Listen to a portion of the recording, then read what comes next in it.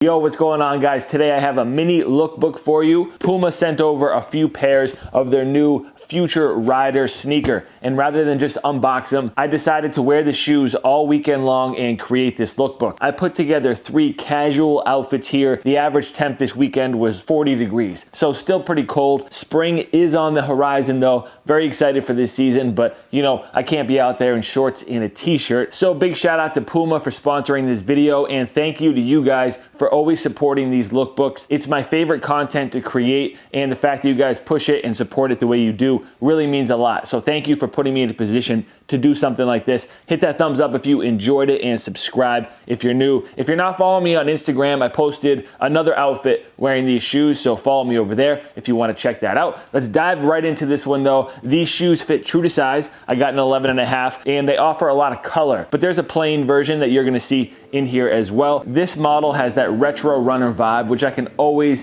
get down with. But enough with me talking, let's dive right into it. Hope you guys enjoy it. I'll catch you in the next one. Peace.